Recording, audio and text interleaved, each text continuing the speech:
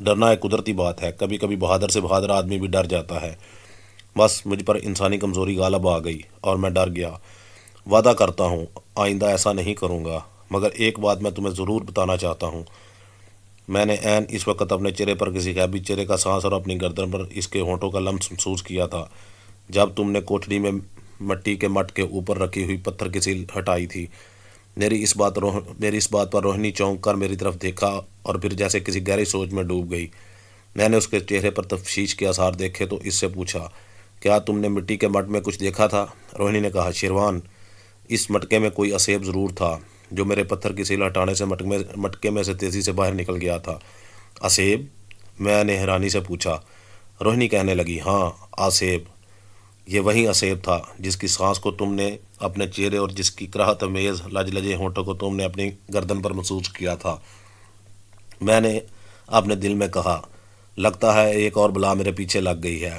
خدا ہی مجھے ان بدروحوں اور بلاؤں سے بچا سکتا ہے۔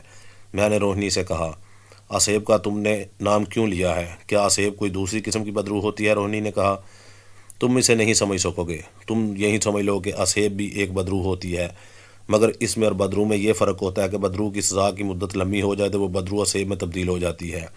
اسیب سے بدروحیں بھی گھبراتی ہیں۔ اسیب کو اپنے قبضے میں کرنا بہت مشکل ہوتا ہے۔ اسیب کو قبضے میں کرنے کا ایک خاص منتر ہوتا ہے جس کو اگنی منتر یعنی آگ کا منتر کہتے ہیں۔ میں نے پوچھا، کیا تمہیں وہ منتر آتا ہے؟ روہنی نے کہا، آج تک یہ منتر ہندوستان میں صرف 2-4 منتریوں کو ہی معلوم ہو سکا ہے، اور وہ بھی اس منتر کے راز کو مرنے کے بعد اپنے ساتھ ہی لے گئے۔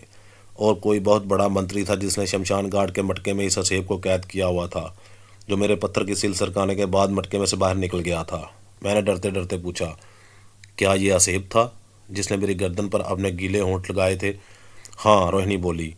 جب یہ اسیب بند مٹکے میں سے باہر نکلا تھا تو میں نے اس کی سانس کی دھیمی پھنکار ایسی آواز سنی تھی، یہ اسیب مجھے نقصان پہنچا سکتا ہے، لیکن اس نے مجھے کچھ نہیں کہا تھا۔ مگر میں اس بات پر پریشان ہوں کہ اسیب تمہارے پاس آ کر کیوں رک گیا اور اس نے تمہاری گردن پر اپنے گیلے ہونٹ کیوں رکھ دیے تھے۔ مجھے فکر ہوئی کہ کہیں اسیب نے مجھے اپنا نشانہ بنانے کے لیے تو نہیں چن لیا۔ جب میں نے اس کا ذکر روہنی سے کیا تو وہ کہنے لگی، میرا نہیں خیال کہ یہ اسیب تمہیں نقصان پہنچانے کے ارادے سے تمہارے پاس آیا تھا، مگر ایسی بات ہوئی تو وہ تمہیں نقصان پہنچا چکا ہوتا اور تم اس وقت میرے سامنے نہ ہوتے، بلکہ خدا جانے زمین کے اندر کون سی دنیا میں پہنچ گئے ہوتے۔ میں نے پوچھا، کیا یہ کسی مرد کا اسیب تھا یا کسی عورت کا؟ روہنی نے کہا، یہ کسی نوجوان لڑکی کا اسیب تھا۔ میں نے دوسرا سوال کیا، تمہیں کیسے پتہ چلا کہ یہ کسی نوجوان لڑکی کا اسیب تھا؟ روہنی بولی، ہمیں پتہ چل جاتا ہے۔ کیسے پتہ چل جاتا ہے؟ تم نہیں سمجھ سکو گے۔ میں نے اپنا خوف دور کرنے کی غرض سے پوچھا، کیا یہ اسیب اس وقت بھی ہمارے ساتھ ہے؟ روہنی نے کہا، میں اسیب کو نہیں دیکھ سکتی۔ اسیب صرف ان منتریوں کو ہی دکھائی دیتا ہے جن کے پاس اسیب کا منتر ہو، یا پھر ان لوگوں کو نظر آ جاتا ہے جن کو اسیب خود اپنی مرضی سے یہ پرسرار منتر بتا دے۔ میں نے روہنی سے کہا، کیا تم نے تو اسیب کو کسی بڑے منتری دشمن کی قید سے رہائی دلائی ہے اور اسے اس طرح مٹکے سے آزاد کرایا ہے جس طرح میں نے تمہیں مرتبان کھول کر پجاری رگو کی قید سے آزاد کرایا تھا۔ اس اعتبار سے تو اسیب کو تمہارا شکر گزار ہونا چاہیے۔ روہنی کہنے لگی، اسیب کبھی کسی انسان کے دوست نہیں بنتے، لیکن اگر کسی کے دوست بن جائیں تو پھر ان سے اچھا دوست اور کوئی نہیں ہو سکتا۔ اس نوجوان لڑکی کے اسیب نے تمہاری گردن کو چوم لیا تھا، اس کا مطلب ہے کہ اس کو تم پسند آ گئے ہو اور اس نے تمہیں اپنا دوست بنا لیا ہے۔ میں نے کہا، اس کا مطلب ہے اس لڑکی کا اسیب مجھے کسی وقت بھی چمٹ سکتا ہے، اور جس آدمی کو کوئی اسیب چمٹ جائے تو اس کا برا شر ہو جاتا ہے۔ روہنی میری طرف دیکھ کر مسکرائی اور کہنے لگی، اس نوجوان لڑکی کے اسیب نے تمہیں پسند کر لیا ہے، وہ تمہاری دوست بن گئی ہے، اس کا اسیب تمہیں کچھ نہیں کہے گا، تمہیں پریشان ہونے کی ضرورت نہیں ہے۔ میں نے اس نوجوان لڑکی کے اسیب میں دلچسپی لیتے ہوئے پوچھا، اگر میں اس لڑکی کے اسیب کو دیکھ ہی نہیں سکتا تو پھر اس کی دوستی کا مجھ کو کیا فائدہ؟ روہنی بولی، شاید وہ خود کبھی تمہیں اپنا آپ دکھا دے، لیکن کیا تمہیں اسے دیکھنے کا بہت شوق ہے؟ اگر ایسی بات ہے تو یہ خیال اپنے دل سے نکال دو۔ اسیب کی دوستی کا اگر کچھ فائدہ ہوتا ہے تو اس کا نقصان بھی ہوتا ہے۔ حقیقت یہ ہے کہ اب مجھے اس نوجوان لڑکی کے اسیب سے دلچسپی پیدا ہو گئی تھی اور میرے دل سے اس کا خوف دور ہو گیا تھا، مگر روہنی کی یہ بات میں نے اپنے پلے باندھ لی تھی کہ کسی اسیب کی دوستی اچھی نہیں ہوتی۔ متھرا شہر کے اس قدیم مندر کے باہر درخت کے نیچے چبوترے پر بیٹھے باتیں کرتے ہمیں کافی وقت گزر گیا تھا۔ میں اور روہنی ابھی تک غیبی حالت میں ہی تھے اور کوئی ہمیں دیکھ نہیں سکتا تھا۔ جتنی دیر تک ہم غائب رہتے تھے اتنی دیر تک نہ مجھے بھوک لگتی اور نہ ہی پیاس لگتی تھی۔ جب غیبی حالت سے زندہ انسانی حالت میں واپس آتا تو بھوک اور پیاس کا احساس بھی میرے دوسرے احساسات کے ساتھ واپس آ جاتا تھا۔ میں نے روہنی سے کہا، سلطانہ، ہم کب تک یہاں بیٹھے رہیں گے؟ ہمیں آج کا دن اور کل کا دن بھی اس شہر میں گزارنا ہے، کیونکہ پجاری رگو کی بدروح کی یاترا کل رات سے شروع ہونے والی ہے۔ میرا خیال ہے کیوں نہ ہم کسی اچھے سے ہوٹل میں یہ وقت گزاریں۔ روہنی ہنس کر بولی، تم زندہ انسان ہو، تم لوگوں کو اپنے آرام و آزائش کا ضرور خیال آ جاتا ہے۔ میں نے کہا، ہم آرام نہ کریں تو کام بھی اچھی طرح سے نہیں کر سکتے۔ روہنی بولی، مجھے کوئی اعتراض نہیں، چلو شہر کے کسی ہوٹل میں چلتے ہیں۔ ہندوستان کو آزادی ملے ابھی 2-4 سال ہی گزرے تھے، اور متھرا شہر میں بھی ابھی نہ تو اتنی آبادی بڑھی تھی اور نہ 5 اسٹار قسم کے ہوٹل ہی تعمیر ہوئے تھے۔ ہم نے پرواز کرتے ہوئے شہر کے اوپر ایک چکر لگایا۔ ہمیں متھرا ریلوے اسٹیشن کے قریب ایک ہوٹل کی عمارت دکھائی دی۔ روہنی نے کہا، یہ ہوٹل مجھے اچھا لگتا ہے، چلو نیچے اترتے ہیں۔ ہم ایک خالی جگہ دیکھ کر زمین پر اتر گئے۔ زمین پر اترنے کے بعد روہنی انسانی شکل میں واپس آ گئی۔ وہ مجھے بھی انسانی شکل میں واپس لے آئی۔ ہم ہوٹل کی لابی میں آ گئے۔ اس زمانے کے مطابق یہ کافی ماڈرن ہوٹل تھا، اور خاص طور پر یہ غیر ملکی سیاحوں کے آرام و آزائش کا خیال رکھ کر بنایا گیا تھا۔ ہم نے اس ہوٹل میں 2 7 کمرے لے لیے۔ زندہ حالت میں واپس آنے کے بعد مجھے سخت بھوک لگ رہی تھی۔ میں نے نیچے ڈائننگ ہال میں بیٹھ کر کھانا کھایا۔ روہنی میرے ساتھ ہی تھی۔ پھر اپنے کمرے میں جا کر اچھی طرح سے نہا کر تازہ دم ہو گیا۔ روہنی کے پاس ہر وقت انڈین کرنسی کے نوٹ موجود رہتے تھے۔ خدا جانے وہ غیب میں سے کہاں سے نئے نئے نوٹ منگوا لیتی تھی۔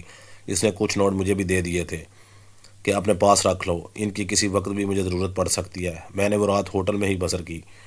دوسرے دن شہر کی سیر کرتے رہے۔ روہنی مسلمان ہو چکی تھی، اسے مندروں میں جانے کی ضرورت نہیں تھی۔ جب سے وہ میرے ساتھ تھی میں نے اسے کبھی کسی مندر میں کسی مورتی کے آگے ماتھا ٹیکتے نہیں دیکھا تھا۔ رات کو ہم ہوٹل میں واپس آ گئے۔ میں نے کھانا کھایا۔ ہم ہوٹل کے ڈائننگ ہال کے کونے میں بیٹھے تھے۔ ہم کافی پی رہے تھے۔ روہنی کے ساتھ ایسے لگتا تھا کہ وہ زندہ انسان نہیں تھی بلکہ اپنی بدروح تھی۔ اسے کھانے پینے کی حاجت نہیں تھی، مگر وہ جس وقت چاہتی میرے ساتھ کھانا بھی کھا لیتی تھی اور چائے کافی بھی پی لیتی تھی۔ اس کو میں نے کبھی نہاتے ہوئے نہیں دیکھا تھا۔ وہ ہر وقت تازہ دم رہتی تھی اور جس قسم کا چاہے لباس پہن لیتی تھی۔ روہنی چونکہ اپنی زندگی میں مسلمان ہو چکی تھی اور اس کے بعد اس کی زندگی نیک اعمال کے ساتھ بسر ہوئی تھی، اور وہ صرف ایک سنگین گناہ کی پاداش میں مرنے کے بعد بدروح کی شکل میں سزا بھگت رہی تھی۔ اس لیے وہ روحوں کی جملہ بری خصلتوں اور آلودگیوں سے محفوظ تھی، اور مجھے اس کے لباس میں سے ہمیشہ ایک طلسمی خوشبو سی آیا کرتی تھی۔ روہنی نے ایک بار مجھے کہا تھا، انسان کو اپنے برے اعمال کی سزا ضرور بھگتنی پڑتی ہے۔ کبھی کبھی یہ سزا اسے دنیا میں ہی مل جاتی ہے، لیکن کبھی ایسا بھی ہوتا ہے کہ اسے مرنے کے بعد یہ سزا ملتی ہے۔ مجھے بھی میری موت کے بعد یہ سزا ملی ہے، مگر خدا نے مجھے بخش دیا ہے اور میری سزا کے دن بہت تھوڑے رہ گئے ہیں۔ اگر میں دشمن پجاری رگو کے قبضے میں نہ گئی تو میری روح کو جلد نجات مل جائے گی، اور میں بدروح سے دوبارہ ایک نیک روح کی شکل اختیار کر لوں گی۔ یہ تو بڑی خوشی کی بات ہے سلطانہ، میں نے خوش ہو کر کہا۔ روہنی کہنے لگی، لیکن اس کے لیے ضروری ہے کہ میں پجاری رگو کی بدروح سے چھٹکارا حاصل کر لوں۔ اگر میں ایسا نہ کر سکی اور پجاری رگو نے مجھے ایک بار پھر قید کر لیا تو پھر کوئی پتہ نہیں کہ میری کب نجات ہو۔ میں نے اس سلسلے میں روہنی سے پوچھا، یہ بتاؤ کہ آج رات کو ہمیں کیا حکمت عملی اختیار کرنا ہوگی؟ کیا تم اکیلی شمشان گھاٹ جاؤ گی یا مجھے بھی تمہارے ساتھ جانا ہوگا؟ روہنی نے کہا، تمہارا میرے ساتھ جانا ضروری ہے۔ اگر مجھے وہاں کوئی حادثہ پیش آ گیا تو کم سے کم تم مجھے بچانے کا کوئی جتن، کوئی اپائے تو کر سکو گے۔ اگر میں اکیلی وہاں گئی اور مجھے کچھ ہو گیا تو تمہیں کچھ نہیں پتہ چلے گا کہ میرے ساتھ کیا ہوا ہے۔ میں نے کہا، ٹھیک ہے، میں تمہارے ساتھ چلا جاؤں گا، لیکن کیا ہم پہلے جا کر شمشان گھاٹ میں چھپ کر پجاری رگو کی بدروح کا انتظار کریں گے یا آدھی رات کو اس کے آنے کے بعد وہاں جائیں گے؟ روہنی کہنے لگی، ہم آدھی رات سے کچھ دیر پہلے وہاں جائیں گے اور کسی جگہ چھپ کر پجاری رگو اور اس کے راکشسوں کا انتظار کریں گے۔ میں نے کہا، پجاری رگو تو تمہیں نظر نہیں آئے گا؟ وہ مجھے بھی نظر نہیں آئے گا، پھر ہمیں کیسے پتہ چلے گا کہ وہ شمشان گھاٹ پہنچ گیا ہے؟ روہنی کہنے لگی، ہم نے دلہن کی کھوپڑی کی راکھ کی دیا سلائی اپنی آنکھوں میں ڈال رکھی ہوگی، پجاری رگو ہمیں نظر آ جائے گا، اور اگر ہم اس کو نظر آ گئے تو پھر کیا ہوگا؟ میں نے سوال کیا۔ روہنی نے کہا، پھر جو ہوگا دیکھا جائے گا۔ میں اس قسم کی باتیں سوچ کر ڈرتی رہی تو میں کبھی پجاری رگو پر فتح حاصل نہیں کر سکوں گی اور کبھی مجھے مکتی نہیں ملے گی۔ ہم رات کے 10 بجے کے قریب ہوٹل کے ڈائننگ ہال سے اٹھ کر کمرے میں آ گئے۔ ہم باتیں بھی کر رہے تھے اور تھوڑی دیر بعد دیوار پر لگے کلاک کو بھی دیکھ لیتے تھے۔ جب کلاک نے رات کے پورے 11 بجائے تو روہنی نے اپنے بازو کے ساتھ بندھا ہوا وہ تویز اتارا جس میں دلہن کی کھوپڑی کی راکھ تھی۔ اس نے ایک سلائی اپنی آنکھوں میں لگا لی اور ایک سلائی میری دونوں آنکھوں میں لگا دی۔ کمال کی بات ہو گئی، سلائی کی آنکھوں میں پھرتے ہی میں غائب ہو گیا۔ میں نے دیکھا تو روہنی بھی غائب ہو چکی تھی۔ میں نے اپنی تسلی کے لیے سے پوچھا، سلطانہ مگر اس حالت میں پجاری رگو نے تمہیں دیکھ لیا تو مجھے پہلے ہی بتا دو کہ مجھے کیا کرنا ہوگا، کیونکہ اگر رگو تمہیں دیکھے گا تو میں بھی اسے ضرور نظر آ جاؤں گا۔ روہنی سوچ میں پڑ گئی۔ وہ اس مسئلے کا کوئی حل تلاش کرنے کی کوشش کر رہی تھی۔ میری طرف دیکھ کر بولی، میں نے یہ سوچا ہی نہیں تھا کہ اگر پجاری رگو نے تمہیں دیکھ لیا تو کیا ہوگا۔ میں تو انسان نہیں ہوں، ہو سکتا ہے کھوپڑی کی راکھ کی وجہ سے میں اسے نظر نہ آؤں، لیکن تم انسان ہو سکتا ہے تم اسے نظر آ جاؤ۔ اگر ایسا ہو گیا تو پجاری رگو سب سے پہلے تمہیں اسی لمحے ہلاک کر دے گا، اور میں یہ کبھی نہیں ہونے دوں گی۔ تمہارا میرے ساتھ جانا بھی ضروری ہے، تاکہ اگر مجھے کچھ ہو جائے تو تم آ کر میری مدد تو کر سکو گے۔ تو کم سے کم یہ تو معلوم ہوگا کہ میرے ساتھ کیا تمہیں کم سے کم یہ تو معلوم ہوگا کہ میرے ساتھ کیا گزری ہے۔ اس کے بعد ہو سکتا ہے کہ میری سہیلی مالینی تم سے رابطہ پیدا کرے اور تم سے تمام حالات معلوم کرنے کے بعد میری مدد کر سکے۔ تو پھر مجھے کیا کرنا چاہیے؟ میں نے پوچھا۔ روہنی کو جیسے ایک دم اس مسئلے کا حل سوچ گیا، کہنے لگی، اس کا ایک ہی حل ہے، اس کا ایک ہی حل ہو سکتا ہے، اور وہ یہ کہ میں تمہیں چھوٹا سانپ بنا کر اپنی کلائی میں لپیٹ لوں گی۔ اگر رگو پجاری نے مجھے دیکھ لیا اور مجھ پر اس نے وار کر دیا تو میں اسی لمحے تمہیں نیچے گرا دوں گی اور تم وہاں سے نکل جانا۔ میں نے کہا، مجھے سانپ بنتے ہوئے ڈر لگ رہا ہے۔ روہنی کہنے لگی، میں تمہیں صرف سانپ ہی بنا سکتی ہوں، کچھ اور بنانا میری طاقت سے باہر ہے۔ مجھے اچانک مالینی کا بتایا ہوا منتر یاد آ گیا۔ میں نے کہا، کیوں نہ میں تمہاری سہیلی مالینی کا بتایا ہوا منتر پڑھ کر چمگادڑ بن جاؤں؟ میں پہلے بھی چمگادڑ بن چکا ہوں اور مجھے اسے کوئی پریشانی نہیں ہوئی تھی۔ روہنی نے کچھ سوچتے ہوئے کہا، مالینی کا بتایا ہوا منتر بڑا خطرناک ہے۔ میں تمہیں یہ منتر پڑھ کر اپنا روپ بدلنے کا مشورہ نہیں دوں گی، کیونکہ مجھے لگتا ہے اگر اس منتر کے اثر سے تم چمگادڑ کے علاوہ کسی دوسرے جانور یا درندے کے روپ میں بھی ظاہر ہو سکتے ہو۔ تم خواہ کسی بھی درندے کے روپ میں ظاہر ہو گئے تو پجاری رگو تمہیں فوراً دیکھ لے گا اور سب سے پہلے تم پر وار کرے گا۔ میں نے کہا، مگر وہ مجھے سانپ کے روپ میں بھی تو دیکھ سکتا ہے۔ اس پر روہنی نے کہا، میں تمہیں اتنا چھوٹا سا سانپ بناؤں گی کہ تم میری کلائی کے ساتھ لپٹے ہوئے اسے دکھائی نہیں دو گے۔ وہ خاموش ہو گئی۔ میں بھی کچھ نہ بولا۔ میرے دل میں صرف ایک ہی خیال تھا کہ خدا جانے میرے ساتھ کیا ہونے والا ہے۔ روہنی نے میرے ہاتھ کو اپنے ہاتھوں میں لے لیا۔ وہ جب بھی مجھ سے اپنی محبت کا اظہار کرتی تھی تو میرا ہاتھ اپنے ہاتھوں میں لے لیتی تھی۔ کہنے لگی، شیروان، مجھے معاف کر دینا، میری وجہ سے تم ایک بہت بڑی مصیبت میں پھنس گئے ہو، مگر یہ اب تمہاری زندگی اور موت کا مسئلہ بھی بن گیا ہے۔ اگر تم میرا ساتھ چھوڑ دیتے ہو یا میں تمہیں چھوڑ دیتی ہوں تو تم ہمارے دشمن پجاری رگو کے لیے ایک بڑا آسان شکار بن جاؤ گے۔ وہ جب اور جہاں چاہے گا تمہیں اس طرح پکڑ کر مسل ڈالے گا جس طرح آدمی کسی مکھی کو پکڑ کر مسل ڈالتا ہے۔ اس میں تمہاری بھی موت ہوگی اور میری بھی ایک طرح سے دوسری موت ہوگی۔ وہی بات تھی کہ میں اس کی مجبوری اور وہ میری مجبوری بن چکی تھی۔ مجھے یہ کہنا ہی پڑا کہ تم مجھے جو مشورہ دو گی میں اس پر عمل کروں گا۔ روہنی نے کہا، میں تمہیں سانپ کے روپ میں اپنے ساتھ لے جاؤں گی۔ میں تمہیں اپنے گریبان کے اندر چھپا کر بھی لے جا سکتی ہوں، مگر چھپا کر لے جانے سے وہ مقصد فوت ہو جائے گا جس کے لیے میں تمہیں ساتھ لے جاؤں گی، کیونکہ تم میرے گریبان کے اندر چھپے ہوئے دیکھ نہیں سکو گے میرے ساتھ کیا حادثہ پیش آیا ہے، اور میں اپنے دشمن کو نظر آ جانے کی صورت میں تمہیں اتنی جلدی اپنے گریبان سے نکال کر پھینک نہیں سکوں گی کہ جتنی جلدی اور رازداری سے میں تمہیں اپنی کلائی سے نیچے گرا سکتی ہوں۔ اسی لیے یہ میری مجبوری ہے شیروان، میرے محبوب۔ میں نے کہا، میں اسے مانتا ہوں سلطانہ، لیکن مجھے ایک بات بتاؤ کہ مجھے سانپ سے انسانی روح میں دوبارہ کون واپس لائے گا؟ روہنی کہنے لگی، اگر مجھے پجاری رگو نے اپنے قبضے میں کر لیا تو اس کی خبر میری سہیلی مالینی کو ضرور ہو جائے گی اور وہ خود تم سے رابطہ پیدا کر لے گی، اور پھر وہی تمہیں سانپ کی شکل سے واپس انسانی شکل میں لائے گی۔ لیکن اگر کسی وجہ سے مالینی کو پجاری رگو کے ہاتھوں میرے پکڑے جانے کی خبر ملنے میں دیر لگ گئی تو تم ایسا کرنا کہ یہاں سے جے پور کے وران محل میں جانا، جہاں آدھی رات کو میری بچپن کی سہیلی درگا کی بدرو آتی ہے، درگا کو سارا واقعہ بیان کرنا، وہ تمہارا انسانی روپ واپس لے آئے گی۔ میں نے کہا، لیکن میں تو بول نہیں سکوں گا، میں تو سانپ ہوں گا، اسے اپنی کہانی کیسے بتاؤں گا اور اسے کس طرح بتاؤں گا کہ میں کون ہوں؟ روہنی نے اس کے جواب میں کہا، جے پور کے وران محل کی بدرو درگا تمہیں دیکھتے ہی سمجھ جائے گی کہ تم کون ہو، تمہیں کچھ بتانے کی ضرورت ہی پیش نہیں آئے گی۔ اس تمام لمبی بحث و مباحث کا نتیجہ یہی نکلا کہ میں انسان سے سانپ بننے اور روہنی مجھے سانپ بنانے پر تیار ہو گئی۔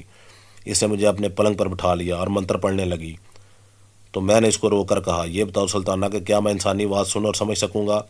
کیا میں بھی انسانوں کی طرح بول سکوں گا؟ روہنی نے نفی میں سر ہلاتے ہوئے کہا، نہیں، تم خود انسانوں کی طرح بول نہیں سکو گے، لیکن انسان کو دنیا کی ہر زبان بولتے ہوئے سمجھ جاؤ گے کہ یہ کون سی زبان میں کیا کہہ رہا ہے۔ میں نے کہا انسان سانپ کا دشمن ہے، مجھے کسی نے بھی دیکھ لیا تو وہ مجھے مارنے کے لیے پتھر اور ڈنڈا لے کر مجھ پر ضرور حملہ کرے گا۔ پھر کسی کا پتھر یا ڈنڈا مجھے لگ گیا تو کیا میں مر جاؤں گا؟ روہنی نے کہا، اگر تم کسی انسان کے ہاتھوں مارے گئے یا کس کے جوتوں تلے آ کر کچلے گئے تو تم مرو گے نہیں بلکہ غائب ہو جاؤ گے، اور اس کے بعد 1 گھنٹے میں یا 1 دن گزر جانے کے بعد تم کسی بھی جگہ دوبارہ نمودار ہو جاؤ گے۔ دوبارہ میں سانپ کے روپ میں ظاہر ہوں گا یا اپنی انسانی شکل میں نے پوچھا۔ روہنی بولی، اس بارے میں یقین سے کچھ نہیں کہہ سکتی، تم انسان کے روپ میں بھی دوبارہ ظاہر ہو سکتے ہو اور سانپ کی شکل میں بھی ظاہر ہو سکتے ہو۔ میں دل میں اس منحوس گھڑی کو کوسنے لگا جب میں نے روہت گڑھ کے قلعے میں روہنی کی آتما کو مرتبان سے آزاد کرایا تھا، مگر اب میرے کوسنے یا نہ کوسنے سے کوئی فرق نہیں پڑتا تھا۔ اس لیے دانش مند لوگوں کا کہنا ہے کہ انسان کو ہر قدم سوچ سمجھ کر اٹھانا چاہیے، اور جس شے سے اس کا کوئی تعلق واسطہ نہ ہو اس میں دخل نہیں دینا چاہیے اور خاموشی سے آگے گزر جانا چاہیے۔ روہنی نے پوچھا، کیا تم تیار ہو؟ تیار ہوں، میں نے سخت بیزاری کے عالم میں جواب دیا۔ روہنی اور میں دونوں غیبی حالت میں تھے مگر ایک دوسرے کو نظر آ رہے تھے۔ اس نے آنکھیں بند کر لیں اور میری جون بدلنے کا خاص منتر پڑھنا شروع کر دیا۔ میں نے ڈر کے مارے اپنی آنکھیں بند کر رکھی تھی، اسی لیے کہ میں اپنے آپ کو سانپ کی جون بدلتے نہیں دیکھ سکتا تھا۔ یہ بڑی دہشت طاری کر دینے والی بات تھی۔ 3-4 منٹ تک روہنی منتر کا جاپ کرتی رہی۔ جب اس نے منتر پڑھنا بند کیا تو مجھے ایسے لگا جیسے کسی نے پیچھے سے مجھے آہستہ سے دھکا دے دیا ہو۔ پھر میں نے آنکھیں بند رکھیں۔ روہنی کی آواز آئی، شروان آنکھیں کھول کر دیکھو۔ یا اللہ خیر، میں نے اپنے دل میں کہا اور آنکھیں کھول دی۔ مجھے اپنا جسم دکھائی نہ دیا۔ میں نے روہنی سے پوچھا، میں کہاں ہوں؟ روہنی نے اپنی مٹھی میرے سامنے کھول دی اور بولی، یہ دیکھو۔ میں نے دیکھا کہ روہنی کی تھیلی پر کمرے کے بلب کی روشنی میں ایک باشت بار کا خاکستری رنگ کا سانپ گردن اٹھائے اپنا چھوٹا سا پھن کھولے بیٹھا تھا۔ میں نے دہشت زدہ ہو کر روہنی سے پوچھا، کیا یہ میں ہوں؟ روہنی نے کہا، ہاں یہ تم ہی ہو اور تم ہی مجھ سے بات کر رہے ہو۔ میں نے کہا، لیکن اگر میں سانپ بن چکا ہوں تو انسانوں کی زبان میں کیسے بات کر سکتا ہوں؟ روہنی نے کہا، تم سانپوں کی زبان میں ہی بات کر رہے ہو، لیکن میں اپنی بدروح والی شکتی کی مدد سے تمہاری سانپوں کی زبان کو یہاں کے انسانوں کی اردو زبان میں تبدیل کر کے سن رہی ہوں، اور تم بھی اسی زبان میں اپنی آواز سن رہے ہو۔ اس نے مجھے اپنی کلائی کے گرد لپیٹ لیا اور کہا، میری کلائی سے ہی چمٹے رہنا شیروان۔ اگر شمشان گھاٹ پر میں آنکھوں میں ڈالی دلہن کی کھوپڑی کی راکھ کی وجہ سے پجاری رگھو کو نظر نہ آئی تو میں موقع پا کر اپنے ایک آتشناک منتر سے اسے جلا کر بھسم کرنے کی کوشش کروں گی، لیکن اگر میں اسے نظر آ گئی اور اس نے مجھ پر وار کر دیا تو میں سب سے پہلا کام یہ کروں گی کہ وہیں اپنی کلائی سے تمہیں نیچے لٹکا دوں گی اور تم زمین پر گرتے ہی وہاں سے جتنی دور بھاگ سکو بھاگ جانا۔ میرے ساتھ جو ہوگا میں اسے خود ہی سنبھال لوں گی۔ میرے اوپر ہدایات و شرائط کا ٹوکرا پھینک دیا گیا تھا، مگر میں نے بڑے صبر اور حوصلے کے ساتھ ان ساری شرطوں اور ہدایات کو سنا تھا اور انہیں اپنے دل پر نقش کر لیا تھا، کیونکہ ان پر عمل کرنے میں ہی میری زندگی تھی اور ان سے غفلت برتنے میں میری موت تھی۔ روہنی پلنگ پر سے اٹھ کر ہوٹل کی کھلی کھڑکی کے پاس آ گئی۔ یہ اماوس کی رات تھی۔ ہندوؤں کے عقیدے کے مطابق اماوس کی رات سب سے تاریک اور اندھیری رات ہوتی ہے۔ آسمان پر تارے نکلے ہوئے تھے، چاند نہیں نکلا ہوا تھا۔ میں روہنی کی کلائی سے لپٹا ہوا تھا، روہنی میں اس کا سارا جسم دیکھ رہا تھا۔ میں گردن گھما کر اپنا سانپ والا جسم بھی دیکھ رہا تھا۔ مجھے یقین نہیں آ رہا تھا کہ میں آدمی سے چھوٹا سا خاکستری رنگ کا سانپ بن گیا ہوں۔ اسے سنسکرت زبان میں کایا کلپ کہتے ہیں۔ میرا واقعی کایا کلپ ہو گیا ہوا تھا۔ روہنی کھڑکی پر چڑھ گئی تھی۔ یہ اس ہوٹل کی دوسری منزل تھی۔ روہنی نے کھڑکی میں سے چھلانگ لگا دی اور وہ نیچے گرنے کی بجائے ہوا میں اڑنے لگی۔ کھڑکی سے باہر آتے ہی 2-3 منزلیں اور بلند ہو گئی اور مترا شہر کی پورب کی جانب رخ کر لیا۔ میں نے نیچے دیکھا۔ نیچے رات کی تاریکی میں شہر کی روشنیاں ستاروں کی طرح جلملا رہی تھی۔ روہنی اندھیرے میں شہر کی جلملاتی روشنیوں کے اوپر اڑتی ہوئی شہر کے پورب کی طرف آ گئی۔ یہاں نیچے روشنیاں نہیں تھیں بلکہ اندھیرا چھایا ہوا تھا۔ روہنی نے مجھ سے مخاطب ہو کر کہا، شیروان، ہم پرانے شمشان گھاٹ کے اوپر آ گئے ہیں، میں نیچے آنے لگی ہوں، تم ٹھیک ہو نا؟ میں نے کہا، ابھی تک بالکل ٹھیک ہوں۔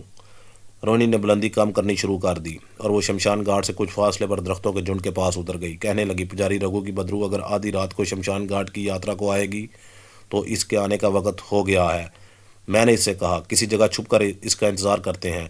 وہ بولی، میں شمشان گھاٹ کے چبوترے کی طرف بڑھ رہی ہوں، اب تم خاموش رہنا۔ میں نے اسی لمحے خاموشی اختیار کر لی اور کوئی جواب نہ دیا۔ مجھے ہر حالت میں اپنی جان عزیز تھی۔ رات واقعی بہت اندھیری، تاریک اور ڈراؤنی تھی، مگر اس اندھیرے میں بھی میں روہنی کو دیکھ رہا تھا، اور وہاں موجود ہر شے بھی دھندلی دھندلی نظر آ رہی تھی۔ روہنی سنبھل سنبھل کر قدم اٹھاتی شمشان گھاٹ کے چبوترے کی طرف جا رہی تھی۔ ارد گرد سناٹا چھایا ہوا تھا۔ چتا کے چبوترے اور شمشان گھاٹ کی پرانی کوٹری کے درمیان ذرا ہٹ کر گھنا درخت تھا۔ روہنی کہنے لگی، میں اس درخت میں چھپ کر پجاری رگھو کی بدرو کا انتظار کروں گی، اور وہ زمین سے بلند ہوتے ہوئے درخت کی گھنی شاخوں میں آ کر درخت کے ایک دو شاخے پر ٹانگیں لٹکا کر بیٹھ گئی۔ وہاں سے شمشان کا چبوترا اور پرانی کوٹری دونوں دکھائی دے رہے تھے۔ یہ وہی پرانی کوٹری تھی جس کے اندر وہ پرانا مٹکا تھا جس کے پتھر کی سل ہٹا کر روہنی نے نوجوان لڑکی کے اسیب کو آزاد کر دیا تھا، اور جس کی سانس کو میں نے اپنے چہرے پر محسوس کیا تھا، اور جس نے میری گردن کو اپنے گیلے ہونٹوں سے چوم کر میرے بدن پر کپ کپی طاری کر دی تھی۔ میں روہنی کی کلائی سے لپٹا بالکل خاموش تھا۔ میرا ذہن انسانی ذہن ہی کی طرح سوچ رہا تھا، اور اس طرح محسوس کر رہا تھا جس طرح میں انسانی شکل و صورت میں محسوس کیا کرتا تھا۔ درخت کی جس شاخ پر روہنی بیٹھی تھی وہاں سے نیچے چتا کا چبوترا اور پرانی کوٹری صاف نظر آ رہی تھی۔ روہنی نے بڑی دھیمی آواز میں کہا، درگا نے بتایا تھا کہ پجاری رگھو کی بدرو کے آنے سے پہلے اس کے محافظ 4 راکشس شمشان گھاٹ پر آتے ہیں۔ میں نے سرگوشی میں پوچھا، کیا ہم انہیں دیکھ سکیں گے؟ روہنی نے کہا، ہم نے اپنی آنکھوں میں جس راکھ کی سلائی ڈالی ہوئی ہے وہ ہمیں ان راکشوں کو دکھا دے گی۔ روہنی نے جملہ پورا ہی کیا تھا کہ اچانک جس درخت پر ہم بیٹھے تھے وہ آہستہ آہستہ لرزنا شروع ہو گیا۔ روہنی نے خاموش سرگوشی میں کہا، خاموش، راکشس آ رہے ہیں۔ درخت تھوڑی دیر لرزتے رہنے کے بعد ساکت ہو گیا۔ اس کے بعد ایسا گہرا سناٹا چھا گیا کہ مجھے روہنی کی سانس لینے کی آواز سنائی دے رہی تھی۔ اس سناٹے میں دور سے ایسی آوازیں آنے لگی جیسے بہت سی بلیاں رو رہی ہوں۔ قریب آتے آتے یہ آوازیں عورتوں کے رونے اور بیان کرنے کی آوازوں میں تبدیل ہو گئی۔ پھر یہ آوازیں بھی دور ہوتے ہوتے خاموش ہو گئیں۔ اچانک چتا کے چبوترے کے چاروں کونوں پر آگ کے 4 شعلے بلند ہوئے۔ پھر یہ شعلے دھوؤں کے ستونوں میں بدل گئے اور غائب ہو گئے۔ روہنی نے مجھے اپنے منہ کے قریب کرتے ہوئے سرگوشی میں کہا، 4 راکشس آ گئے ہیں، اب وہ منحوس پجاری رگھو آنے والا ہے۔ روہنی کی ہدایت کے مطابق میں چپ تھا۔ میری نگاہیں نیچے کچھ فاصلے پر چتا کے ویران چبوترے پر جمی ہوئی تھی۔ اتنے میں ایسی آواز سنائی دی جیسے دور کہیں بڑی زور کی آندھی چل رہی ہو۔ یہ آواز قریب آتے آتے آنکھوں کی بنبناہٹ بن گئی۔ مکھیوں کی بنبناہٹ بن گئی اور جیسے ہمارے درخت کے گرد چکر لگانے لگی۔ میں سمجھ گیا کہ منحوس پجاری رگھو کو ہماری موجودگی کا علم ہو گیا ہے اور اب ہماری خیر نہیں۔ روہنی کو اس نے دوبارہ اپنے قابو میں کرنا ہے، لیکن مجھے وہ زندہ نہیں چھوڑے گا۔ لیکن کچھ ہی دیر بعد مکھیوں کی بنبناہٹ کی آواز بھی غائب ہو گئی۔ دوسرے لمحے ایک چیخ کی آواز سنائی دی۔ چیخ کی آواز ایسی تھی جیسے کسی کو ذبح کرتے وقت اس کی آخری چیخ ہو۔ روہنی نے فوراً مجھے کلائی پر سے اتار کر اپنی مٹھی میں بند کر لیا اور پہلے سے بھی زیادہ دھیمی سرگوشی میں کہا، جب میں تمہیں نیچے گرا دوں فوراً فرار ہو جانا۔ میں اپنا چھوٹا سا سانپ کا سر روہنی کی انگلیوں میں سے باہر نکال کر دیکھ رہا تھا۔ رات کی تاریکی اور سناٹا اور زیادہ گہرا ہو گیا تھا۔ چیخ کی آواز نے مجھ پر بھی ایک لمحے کے لیے لرزہ طاری کر دیا تھا۔ اتنے میں 4 لمبے بالوں والی سیاہ فام عورتیں چتا کے چبوترے کے چاروں کونوں میں نمودار ہوئیں۔ ان عورتوں کے سیاہ جسموں پر بھی بال اگے ہوئے تھے۔ وہ من مانس لگتی تھی اور زور زور سے سر ہلا رہی تھی۔ پھر وہ ایک دم بت بن کر ہاتھ سینے پر باندھ کر کھڑی ہو گئیں۔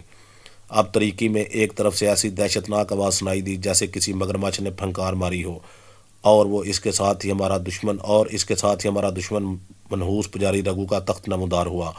تخت کو 4 سیاہ فام حبشیوں نے اٹھایا ہوا تھا۔ تخت پر ایک کرسی رکھی تھی۔ کرسی پر پجاری رگھو ایک ہاتھ میں عصا لیے زرد لباس میں بیٹھا تھا۔ اس کا سر منڈا ہوا تھا اور آنکھوں میں ایسی چمک تھی جیسے انگارے دہک رہے ہوں۔ میں نے اسے پہچان لیا تھا۔ سیاہ فام حبشیوں نے تخت چتا کے چبوترے پر رکھ دیا۔ پجاری رگھو تخت پر سے اتر کر چبوترے پر آ کر کھڑا ہو گیا۔ اس نے اپنی دہکتی ہوئی آنکھوں سے چاروں طرف دیکھا۔ ایک لمحے کے لیے بالکل ساکت ہو کر کھڑا رہا، پھر چبوترے سے اترا اور پرانی کوٹری کی طرف چلنے لگا۔ سیاہ فام حبشی عورتیں دوڑ کر اس کے دائیں بائیں ہو گئیں۔ پھر 2 حبشی عورتیں کوٹری کے دروازے کے دونوں جانب ادب سے کھڑی ہو گئیں۔ پجاری رگھو کوٹری میں چلا گیا۔ روہنی نے آہستہ سے مجھ سے کہا، اسے ہماری موجودگی کا علم نہیں ہوا۔ مجھے یقین ہے کہ میں اس کے سامنے گئی تو وہ مجھے دیکھ بھی نہیں سکے گا۔ میں نے بھی سرگوشی میں کہا، روہنی سوچ سمجھ کر کوئی قدم اٹھانا۔ روہنی نے مجھے سختی سے کہا، تم مت بولو۔ میں خاموش ہو گیا۔ روہنی نے شاید پجاری رگھو پر وار کرنے کا فیصلہ کر لیا تھا۔ اسے یقین ہو گیا تھا شاید کہ اس نے دولن کی کھوپڑی کی جو راکھ آنکھوں میں ڈالی ہوئی ہے وہ کام کر گئی ہے اور وہ پجاری رگھو کو نظر نہیں آئے گی۔ کچھ مجھے بھی ایسا ہی یقین ہو رہا تھا، کیونکہ پجاری رگو کے پاس بے پناہ جادوئی طاقت تھی اور وہ اپنی طاقت کی وجہ سے ہماری موجودگی محسوس کر سکتا تھا، مگر وہ ایسا نہیں کر سکا تھا۔ اگر اسے ہماری موجودگی کا ذرا سا بھی احساس ہو جاتا تو وہ فوراً ہم پر حملہ کر دیتا۔ روہنی درخت سے آہستہ آہستہ نیچے آ گئی۔ میں اس کی مٹھی میں تھا اور اس کی انگلیوں کے درمیان سے اپنی سری باہر نکالے دیکھ رہا تھا۔ روہنی آہستہ آہستہ اس کوٹھڑی کی طرف چلنے لگی جس میں تھوڑی دیر پہلے پجاری رگو داخل ہوا تھا۔ دونوں حبشی عورتیں کوٹھڑی کے باہر دونوں جانب سر جھکائے کھڑی تھی۔ روہنی ان کے قریب سے ہو کر گزر گئی، مگر ان میں سے کوئی بھی روہنی کو نہ دیکھ سکی تھی۔ روہنی نے منہ میں کوئی منتر پڑھنا شروع کر دیا تھا۔ وہ کوٹھڑی میں داخل ہو گئی۔ کوٹھڑی میں ایک طاق تھا جس میں کھوپڑی کے پیالے میں دیا جا رہا تھا۔ میں نے خوف کے مارے اپنا سار روہنی کی انگلیوں میں ذرا نیچے کر لیا تھا اور سمٹ گیا تھا۔ میں نے بھی دیکھا اور روہنی نے بھی دیکھا کہ کوٹھڑی بالکل خالی پڑی تھی۔ ہمارے سامنے تھوڑی دیر پہلے پجاری رگو اس کوٹھڑی میں داخل ہوا تھا، مگر اب وہ اندر نہیں تھا۔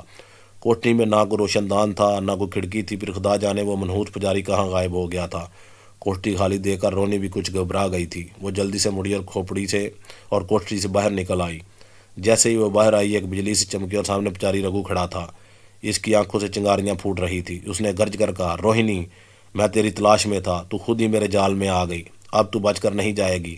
روہنی نے منتر پڑھ کر پجاری کی طرف زور سے پھونک ماری، مگر عیار پجاری ہوشیار ہو چکا تھا۔ وہ پلک جھپکنے میں غائب ہو گیا۔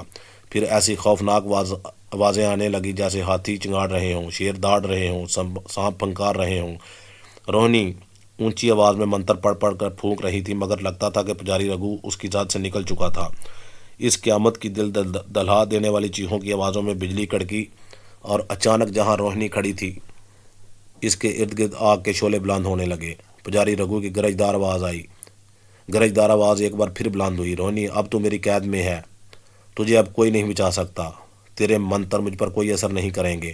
ہمارے ارد گرد آگ کی چار دیواری کھڑی ہو گئی تھی۔ روہنی نے گھبراہٹ میں مجھ سے کہا، شیروان، بھاگ کر جان بچاؤ، اور اس کے ساتھ اس نے مجھے آگ کی دیوار کے اوپر سے پیچھے کی جانب اچھال دیا۔ میں روہنی کی مٹھی سے نکل کر شعلوں کی دیوار سے دور جا کر جھاڑیوں میں آ گرا۔ جھاڑیوں میں گرتے ہی میں جتنی تیز رینگ سکتا تھا رینگ کر دوڑنے لگا۔ میرا رخ متھرا شہر کی طرف تھا۔ یہ میری خوش قسمتی تھی کہ پجاری رگو کو میں نظر نہیں آیا تھا، ورنہ میں وہاں سے جان بچا کر نہیں نکل سکتا تھا۔ پجاری رگو مجھے آسانی سے ہلاک کر سکتا تھا۔ دلہن کی کھوپڑی کی راکھ نے مجھے اس کی نگاہوں سے چھپا لیا تھا، مگر روہنی کو نہ چھپا سکی تھی۔ اس کی شاید یہ وجہ ہو سکتی ہے کہ روہنی ایک بدرو تھی، اور ایک بدرو اگر دوسری بدرو سے طاقتور ہو تو دوسری کو غیبی حالت میں بھی دیکھ سکتی ہے، اور پجاری رگو کی بدرو بدی کے معاملے میں بہت طاقتور تھی۔ اس نے شاید روہنی کو اس وقت دیکھ لیا تھا جب وہ چتا کے چبوترے پر اپنے تخت سے اڑ کر ایک پل کے لیے ساکت ہو گیا تھا۔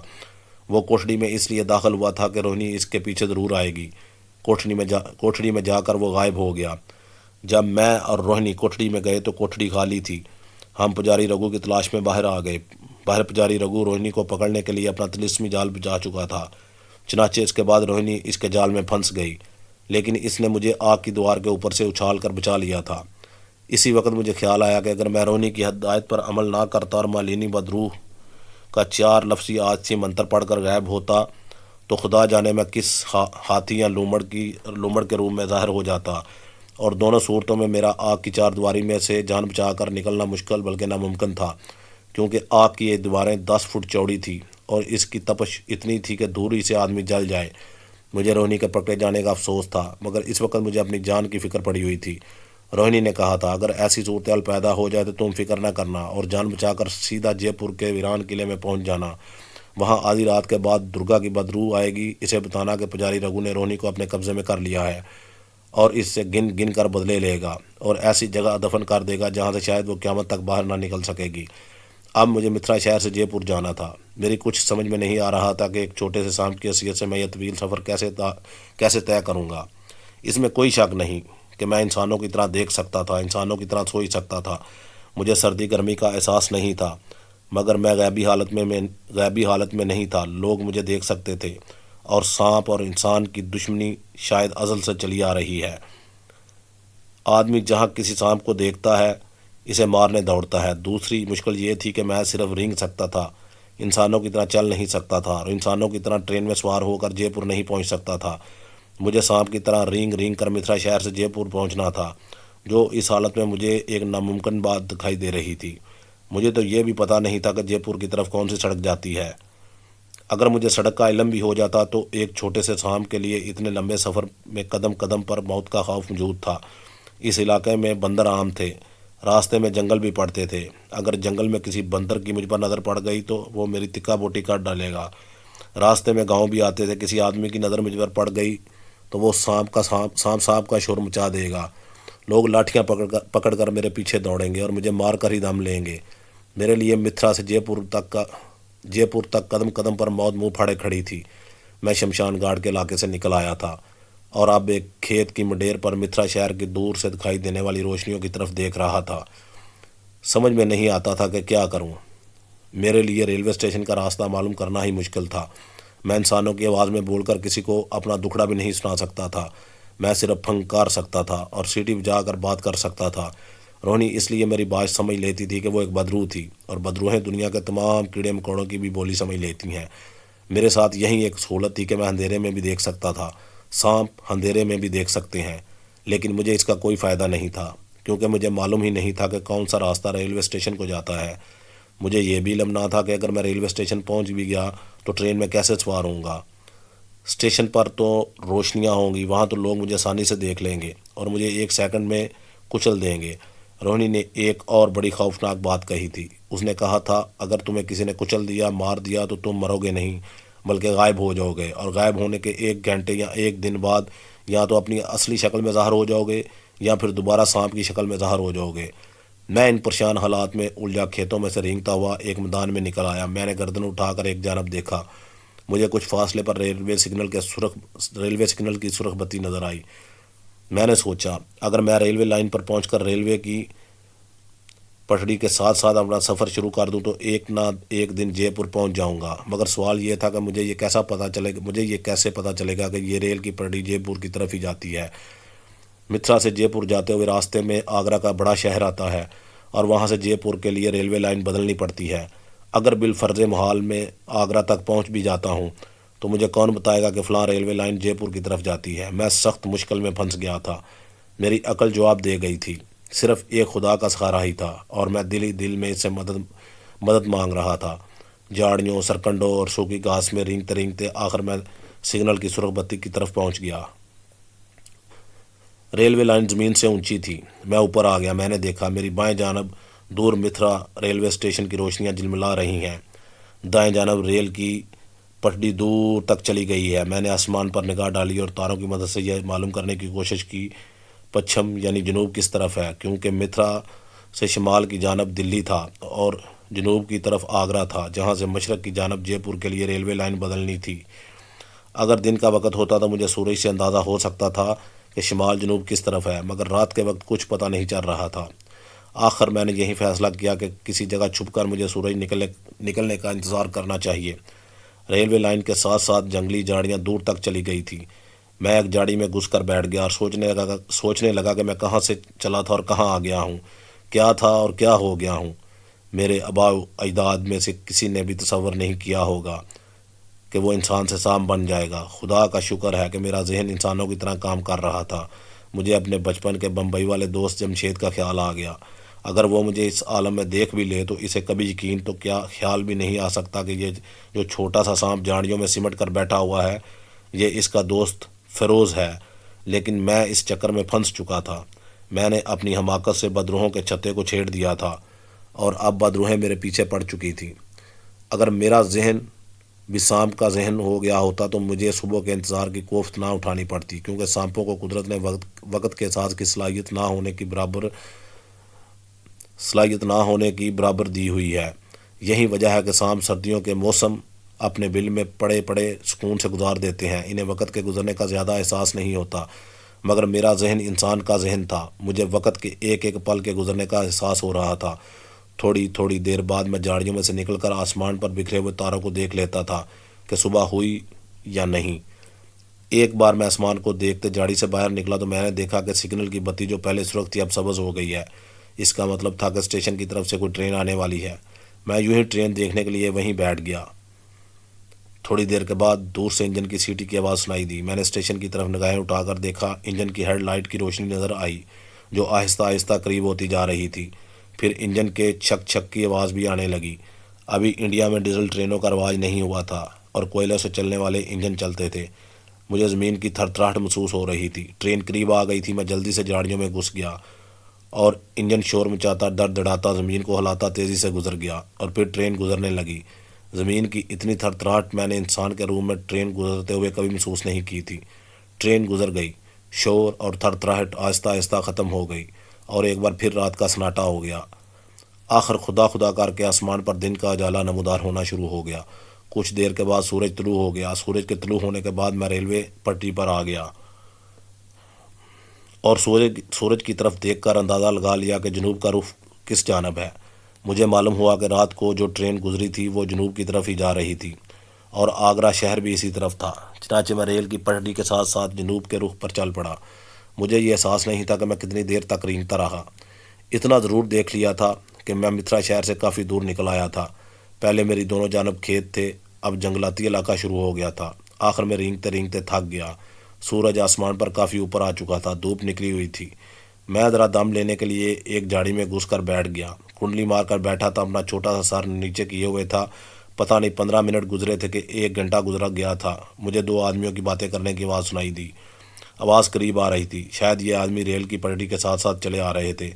جب وہ قریب آئے تو مجھے ان کی گفتگو سنائی دینے لگی۔ ایک آدمی دوسرے سے کہہ رہا تھا، یہاں کچھ ہے۔ دوسرے نے کہا، مجھے بھی ایسے لگ رہا ہے۔ پہلے کی آواز آئی، بڑا انمول کیڑا لگتا ہے۔ میں ابھی یہ سوچ ہی رہا تھا کہ یہ کون لوگ ہو سکتے ہیں اور کس انمول کیڑے کی بات کر رہے ہیں کہ اچانک مجھے بین کی آواز آنے لگی۔ مجھے ابین کی آواز آنے لگی۔ میں فوراً سمجھ گیا کہ یہ سپیرے ہیں اور انہوں نے میری بو سونگھ لی ہے اور اب مجھے پکڑنا چاہتے ہیں۔ میں نے وہاں سے بھاگنے کی کوشش کی تو مجھے محسوس ہوا کہ میں خواہش کے باوجود بھاگ نہیں سکتا۔ بھاگنے کو میرا جی نہیں چاہتا۔ بین کی آواز نے مجھ پر ایک جنون کی کیفیت طاری کر دی تھی۔ میرا ذہن ضرور انسان کا تھا، لیکن میرا جسم سانپ کا تھا، اور سانپ کے کان نہیں ہوتے بلکہ وہ اپنے جسم کے مساموں سے سنتا ہے۔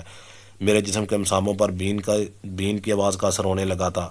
میرا جی بے اختیار جومنے کو چاہ رہا تھا۔ بین کی لے تیز ہوتی جا رہی تھی۔ میرا سر اپنے آپ اوپر اٹھ گیا اور چھوٹا سا پھن بھی خود بخود کھل گیا اور میں بین کی آواز پر جومنے لگا۔ اس کی تھوڑی دیر بعد مجھے ایسے لگا جیسے کچھ چھڑی سے جھاڑی کی شاخوں کو ادھر ادھر ہٹا رہا ہے۔ میں سمجھ گیا تھا کہ یہ سپیرے ہیں اور مجھے پکڑنے کی کوشش کر رہے ہیں۔ میں اس کے چنگل سے نکل کر بھاگنا چاہتا تھا، مگر میرے جسم نے میرا حکم ماننے سے انکار کر دیا تھا۔ میں بین کی آواز پر اسی طرح جھوم رہا تھا۔ بین کی آواز نے مجھ پر جادو سا کر دیا تھا۔ آخر وہی ہوا جس کا مجھے ڈر تھا۔ بین کی آواز پر مست ہو کر میں جھاڑی سے باہر نکل آیا۔ میں نے دیکھا کہ ایک سپیرا بیٹھا بین بجا رہا ہے اور دوسرا اس کے پاس بیٹھا ہے۔ اس نے پٹاری کھول کر سامنے رکھی ہوئی ہے۔ اس کے ہاتھ میں کپڑا ہے۔ جیسے ہی میں جھومتا ہوا جھاڑی سے باہر نکلا، دوسرے آدمی نے مجھ پر کپڑا پھینکا اور ہاتھ سے پکڑ کر اٹھا لیا اور پٹاری میں ڈال کر پٹاری کا منہ بند کر دیا۔ یہ ایک مصیبت پر دوسری مصیبت نازل ہو چکی تھی، مگر میں مجبور تھا، سوائے صبر کرنے کے اور کچھ نہیں کر سکتا تھا۔ پٹاری کے اندر گرتے ہی مجھے محسوس ہوا کہ پٹاری میں پہلے سے ایک سانپ موجود ہے۔ پٹاری میں گپ اندھیرا تھا، مگر میں اس اندھیرے میں ایک نسواری رنگ کے سانپ کو دیکھ رہا تھا۔ اس نے گردن اٹھا کر آہستہ سے پھنکار ماری اور سانپوں کی زبان میں پہلا سوال ہی یہی کیا، تم کون ہو؟ میں نے سانپوں کی زبان میں ہی کہا، تم دیکھ رہے ہو میں بھی ایک سانپ ہوں۔ نسواری سانپ نے کہا، تم سانپ نہیں ہو۔ میں نے پوچھا، اگر سانپ نہیں ہوں تو پھر میں کیا ہوں؟ نسواری سانپ نے کہا، تم انسان ہو، تمہیں کسی نے جادو کے دور سے سانپ بنا دیا ہے۔ میں نے کہا، اگر تمہیں یہ پتہ چل ہی گیا ہے تو میرے بھائی، میں واقعی سانپ نہیں ہوں، انسان ہوں، اور ایک جادوگر نے مجھ پر جادو کر کے مجھے سانپ بنا دیا ہے۔ نسواری صاحب نے پوچھا، تم ریل کی پٹری کے پاس کیا کر رہے تھے؟ میں نے کہا، جے پور اپنے مرشد کے پاس جانا چاہتا تھا، کیونکہ وہی جادو کا اثر ختم کر کے مجھے پھر سے سانپ کی جون سے انسان کی شکل میں واپس لا سکتے ہیں۔ نسواری صاحب بولا، جے پور تو یہاں سے بہت دور ہے، تم تو وہاں نہیں پہنچ سکتے تھے۔ میں نے کہا، بس میں اسی پریشانی میں جھاڑی میں چھپ کر بیٹھا تھا کہ جے پور پہنچوں گا کیسے، کہ سپیرے نے اپنی بین سے مجھے مست کر کے پکڑ لیا۔ نسواری صاحب کہنے لگا، تمہارا پکڑا جانا تمہارے حق میں اچھا ثابت ہوا ہے۔ یہ تم کیسے کہہ سکتے ہو؟ میں نے پوچھا۔ نسواری صاحب بولا، یہ میں اس لیے کہہ رہا ہوں کہ یہ سپیرے جے پور بھی جا رہے ہیں۔ نسواری صاحب کی زبان سے یہ سن کر میں خوش ہو گیا۔ اب مجھے یقین ہو گیا تھا کہ میں ویران محل میں درگا کی بدرو سے ملاقات کر سکوں گا اور وہ اپنے جادو کے زور سے مجھے سانپ سے دوبارہ انسانی شکل میں واپس لے آئے گی۔ امید کی جو شمع میرے دل میں بجھ چکی تھی وہ پھر سے روشن ہو گئی تھی۔ میں نے نسواری صاحب سے کہا، لیکن دوست، جے پور پہنچ کر میں اس پٹاری سے کیسے باہر نکلوں گا؟ یہ سپیرے تو مجھے کبھی آزاد نہیں کریں گے۔ یہ تو کہہ رہے ہیں کہ ہمیں بڑا انمول سانپ مل گیا ہے۔ نسواری سانپ کہنے لگا، اس کی تم فکر نہ کرو، ایک انسان دوسرے انسان کے کام آ جائے تو اور کیا چاہیے، لیکن ایک سانپ دوسرے سانپ کی ضرور مدد کرتا ہے۔ میں تمہاری مدد کروں گا اور تمہیں جے پور پہنچنے کے بعد کسی نہ کسی طرح پٹاری سے باہر نکال دوں گا۔ سپیرے نے مجھے پٹاری میں بند کرنے کے بعد پٹاری تھیلے میں ڈال کر تھیلا کندھے سے لٹکا لیا تھا اور مجھے محسوس ہو رہا تھا کہ سپیرا پیدل چلا جا رہا ہے۔ نسواری صاحب نے ان دونوں کو باتیں کرتے ہوئے کہیں سن لیا تھا کہ وہ جے پور جا رہے ہیں، جہاں کوئی میلہ تھا اور ان سپیروں نے وہاں سانپ کا تماشا دکھانا تھا۔ کافی دیر تک چلتے رہنے کے بعد سپیرے شاید کسی اسٹیشن پر آ گئے تھے، کیونکہ مجھے وہاں کسی شفٹ کرتے انجن کی آواز سنائی دے رہی تھی۔ یہاں سے دونوں سپیرے ٹرین میں سوار ہو گئے اور ٹرین کا سفر شروع ہو گیا۔ راستے میں انہوں نے کہیں سے گاڑی بدلی ہوگی، مجھے اس کا علم نہیں، کیونکہ میں پٹاری میں بند تھا۔ نسواری سانپ سارا راستہ مجھ سے پوچھتا رہا کہ وہ جادوگر کون تھا اور کہاں رہتا تھا جس نے مجھے انسان سے سانپ بنا دیا تھا۔ میں نے اسے اس سے زیادہ کچھ نہ بتایا کہ وہ کوئی سپیرا ہی لگتا تھا۔ میں نے اس کے ایک سانپ کو مار ڈالا تھا۔ اس نے غصے میں آ کر مجھے انسان سے سانپ بنا کر چھوڑ دیا کہ جا، اب ساری زندگی تو سانپ بنا رہے گا۔ آخر ہم لوگ جے پور پہنچ گئے۔ دونوں سپیرے ایک جگہ آ گئے جہاں میلہ لگا ہوا تھا۔ میلے کے شور و غل اور بچوں اور غبارے بیچنے والوں کی آوازیں مجھے پٹاری میں سنائی دے رہی تھی۔ نسواری صاحب نے مجھے کہا، یہاں یہ سپیرے تماشا دکھائیں گے، تم موقع پا کر بھاگ جانا، اور یہ لوگ ہزار بین بجائیں، تم ہرگز نہ رکنا۔ میں نے کہا، مگر میں کیا کروں، مجھ پر بین کا بہت زیادہ اور بڑی جلدی اثر ہو جاتا ہے۔ نسواری صاحب ایک لمحہ خاموش رہنے کے بعد بولا، پھر تمہیں رات کے وقت جب سپیرے سو رہے ہوں گے فرار ہونا چاہیے۔ دن بھر سپیرے میلے میں گھوم پھر کر سانپ کا تماشا دکھاتے رہے۔ انہوں نے مجھے پٹاری سے صرف ایک دو بار ہی باہر نکالا اور سپیرے نے مجھے پکڑے ہی رکھا، زمین پر نہ چھوڑا۔ نہ جانے کیوں میں اس انمول سانپ لگا تھا اور اسے خطرہ تھا کہ کہیں میں بھاگ نہ جاؤں۔ رات ہو گئی، سپیرے ایک جگہ سو گئے، باہر کی آوازیں خاموش ہو گئیں۔ میں نے نسواری صاحب سے کہا، میرا خیال ہے رات ہو گئی ہے۔ نسواری صاحب نے کہا، سپیروں کی نیند ذرا اور گہری ہو جائے پھر تمہیں باہر نکالوں گا۔ جب نسواری صاحب کو یقین ہو گیا کہ سپیرے اب گہری نیند سو رہے ہیں تو اس نے کہا، میرے ساتھ مل کر زور لگاؤ۔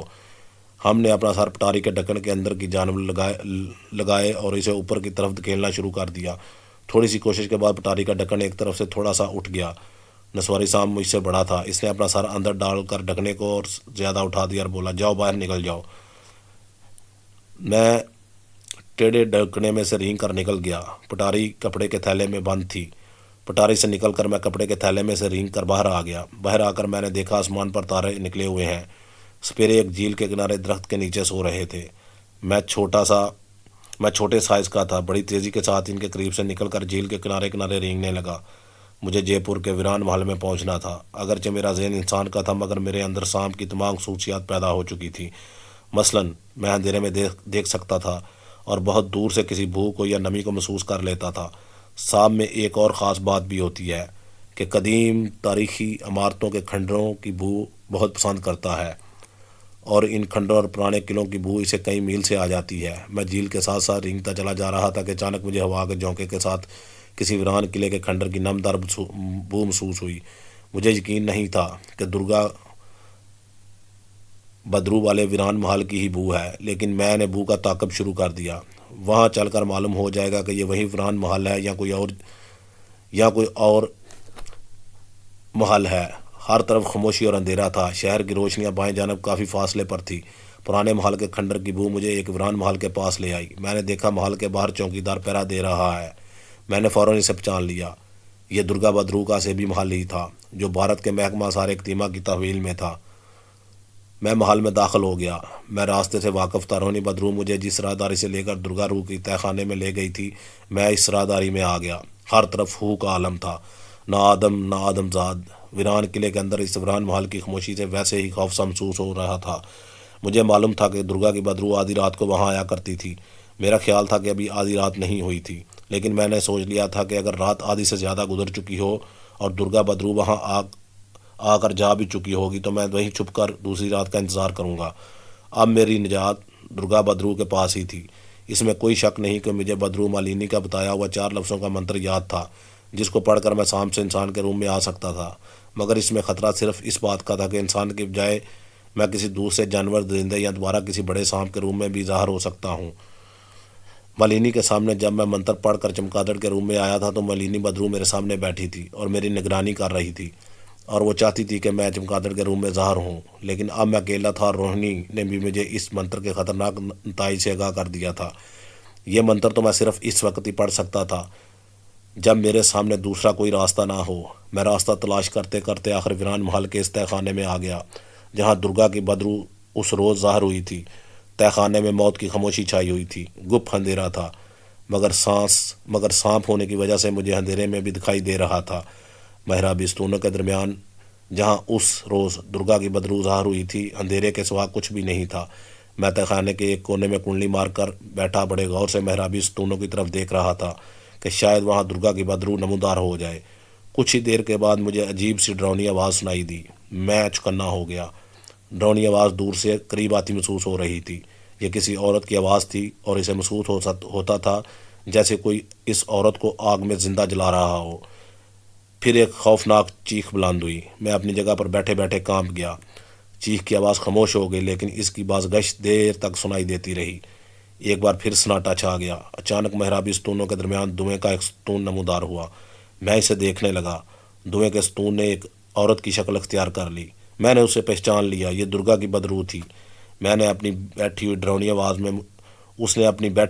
آواز میں مجھ سے مخاطب ہو کر کہا، میں جانتی ہوں تم یہاں کس لیے آئے ہو، مگر میں تمہاری کوئی مدد نہیں کر سکتی۔ میں نے سانپ کی آواز میں کہا، درگا، اپنے بھگوان کے لیے میری مدد کرو، میں عجیب مصیبت میں مبتلا ہو گیا ہوں۔ روہنی کو پجاری رگو پکڑ کر لے گیا ہے، مجھے کچھ معلوم نہیں وہ کہاں ہے۔ درگا کی بدرو نے کہا، میں جانتی ہوں وہ کہاں ہے، مگر میں تمہاری کوئی مدد نہیں کر سکتی۔ میں نے اس کی منت کرتے ہوئے کہا، درگا، تم روہنی کی بچپن کی سہیلی ہو۔ روہنی نے مجھے خاص طور پر کہا تھا کہ اگر اس کو پجاری رگو اپنے قبضے میں کر لے تو میں تمہارے پاس آ کر تمہیں سارے واقعات بیان کر دوں۔ اس نے کہا تھا تم ہی میری اور اس کی مدد کر سکتی ہو۔ درگا کی بدرو بولی، روہنی پوری بدرو نہیں ہے۔ اگر وہ پوری بدرو ہوتی تو اسے رگو کی طلسمی طاقت کا ضرور اندازہ ہوتا، مگر وہ پجاری رگو کی طاقت سے واقف نہیں تھی۔ میں روہنی کی بھی کوئی مدد نہیں کر سکتی۔ میں نے کہا، اگر تم روہنی کی مدد نہیں کر سکتی تو کم سے کم مجھے اس عذاب سے نجات دلاؤ اور مجھے سانپ سے دوبارہ انسانی شکل میں لے آؤ، اور اس کے بعد میں خود روہنی کی تلاش کا کوئی راستہ نکال لوں گا۔ درگا کی بدرو نے سخت لہجے میں کہا، تم بار بار یہ بات نہ دہراؤ، میں نے تمہیں کہہ دیا ہے کہ تمہاری مدد کرنا میری طاقت سے باہر ہے۔ میں پریشان ہو گیا کیونکہ اگر درگا بدرو میری مدد نہیں کر سکتی تو پھر کوئی میری مدد نہیں کر سکتا تھا۔ میں نے اسے کہا، درگا، پھر میں کیا کروں؟ میں ساری زندگی سانپ بن کر نہیں گزار سکتا۔ درگا بولی، تمہارے پاس مالینی کا دیا ہوا 4 لفظوں کا منتر ہے، وہ پڑھو، تم سانپ نہیں رہو گے۔ میں نے کہا، لیکن اس میں یہ خطرہ بھی ہے کہ میں نہ جانے کس روم میں ظاہر ہو جاؤں۔ ایسا بھی ہو سکتا ہے کہ میں بالکل ہی غائب ہو جاؤں اور دوبارہ کبھی اپنی انسانی شکل میں واپس نہ آ سکوں۔ درگا بدرو نے جواب دیا، یہ خطرہ بہت زیادہ ہے۔ درگا کی بدرو خاموش ہو گئی، میں بھی خاموش ہو گیا۔ کچھ سمجھ میں نہیں آ رہا تھا کہ کیا کروں اور کس سے مدد طلب کروں۔ چند لمحوں کی خاموشی کے بعد درگا کی بدرو نے کہا، میں تمہیں آخری بات کہتی ہوں۔ وہ کیا؟ میں نے بے تابی سے پوچھا۔ درگا نے کہا، میرے محل کی چھت پر ایک 12 دری ہے، اس 12 دری میں بیٹھ کر اپنا پھن کھولو اور مالینی کے بتائے ہوئے اگنی منتر کو دل میں 2 بار پڑھو اور اپنے آپ کو قسمت کے حوالے کر دو۔ جو تمہاری قسمت میں ہے تمہیں مل جائے گا۔ جاؤ، تمہارے لیے دوسرا کوئی راستہ نہیں ہے۔ اتنا کہہ کر درگا کی بدرو ایک بھیانک چیخ کی آواز کے ساتھ دھوئیں کے ستون میں تبدیل ہو گئی اور پھر یہ ستون بھی غائب ہو گیا۔ یہ بدرو مجھے ایک زبردست کشمکش میں چھوڑ گئی تھی۔ اگر میں مالینی بدرو کا اگنی منتر پڑھتا ہوں اور اپنی شکل میں ظاہر نہ ہوا تو خدا جانے کس روپ میں ظاہر ہو جاتا ہوں۔ اگر اگنی منتر پڑھنے کا خطرہ مول نہیں لیتا ہوں تو پھر ساری زندگی مجھے سانپ بن کر ہی رہنا ہوگا۔ ویران محل کے تہہ خانے میں کنڈلی مار کر بیٹھا دیر تک سوچتا رہا کہ کیا کروں، کیا نہ کروں۔ اس وقت بھی مجھے محسوس ہوا کہ میں دنیا میں اکیلا اور بے یار و مددگار رہ گیا ہوں۔ روہنی، جو میری ہمدرد تھی اور ہر مشکل وقت میں میرے کام آتی تھی، وہ بھی میرا ساتھ چھوڑ گئی تھی۔ مالینی بدرو کا مجھے ایک جملہ یاد آ رہا تھا۔ اس نے کہا تھا، میرا 4 لفظی اگنی منتر پڑھنے کے بعد تمہارا چمگادڑ سے انسان کی شکل میں واپس آنے کا صرف 1% امکان ہوگا۔ مجھے اس خرافاتی اگنی منتر سے خوف آنے لگا تھا، لیکن ایسا لگتا تھا کہ مجھے یہ خطرہ مول لینا ہی پڑے گا۔ سوچ کر جب میں کسی نتیجے پر نہ پہنچا تو میں نے تنگ آ کر اگنی منتر پڑھنے کا فیصلہ کر لیا۔ میری حالت اس شخص کی سی تھی جسے رات کی تاریکی میں پہاڑ کی چوٹی سے نیچے گرایا جا رہا ہو۔ اگر دریا میں گرا تو بچ گیا، اگر پتھروں پر گرا تو چکنا چور ہو جائے گا۔ میں نے دل میں خدا کو یاد کیا اور تہہ خانے میں سے نکل کر بڑے کمرے میں آ گیا۔ یہاں سے ایک زینہ ویران محل کی چھت کو جاتا تھا۔ میں نے آہستہ آہستہ رینگتے ہوئے زینہ طے کیا اور محل کی چھت پر آ گیا۔ محل کی چھت سنسان پڑی تھی، رات تاریک تھی، آسمان پر ستارے ایسے ٹمٹما رہے تھے جیسے بجھنے ہی والے ہوں۔ میں نے چھت پر ایک نگاہ ڈالی۔ چھت کے وسط میں مجھے ایک چھوٹی سی بارہ دری نظر آئی۔ وہ بارہ دری تھی جہاں بیٹھ کر مجھے درگا روح کی ہدایت کے مطابق اگنی منتر پڑھنا تھا۔